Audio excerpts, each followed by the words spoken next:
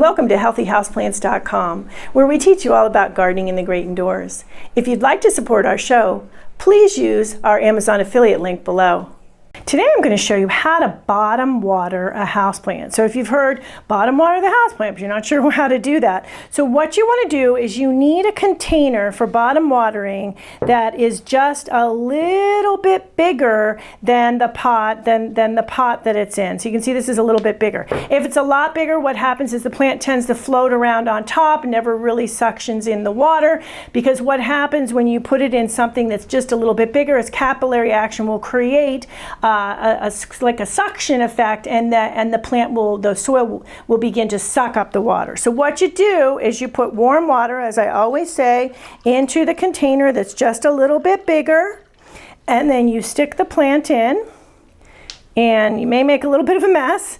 And what will happen in a little bit, it will start to sink and it will become completely saturated. That's how you top that bottom water. Now, if necessary, if it's just sitting there sideways for quite a while, that usually means that the plant is really, the soil is really, really dry.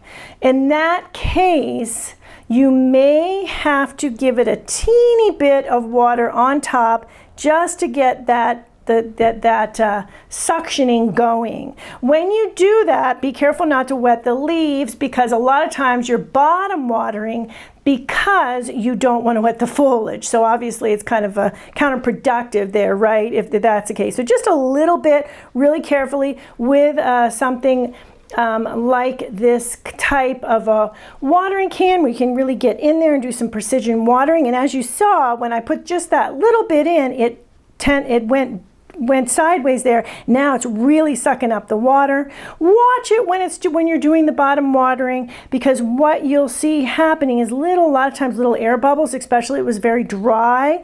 Once the air bubbles stop, usually that's an indication that it's very well saturated. But at that point too, you can lift it up and see if it feels very heavy and looks very saturated. You can leave it for a good half an hour, or even an hour, and to really get soaked, and then take it out and let it drain really well before you put it back in its place. But that's how you bottom water.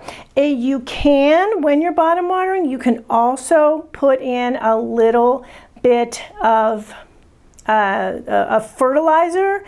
So you can basically fertilize when you're doing the bottom watering. That's good too. I would do half strength with an organic fertilizer when you do that. So that's how you do it.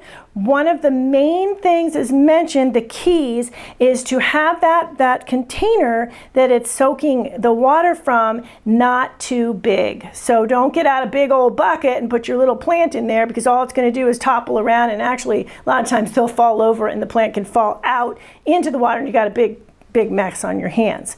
So there you go. How to bottom water your houseplants. Thank you for stopping by today.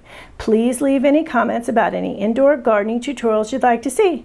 Remember to like, comment, subscribe, and share this video. And please check the bell if you'd like to be notified when new videos are released.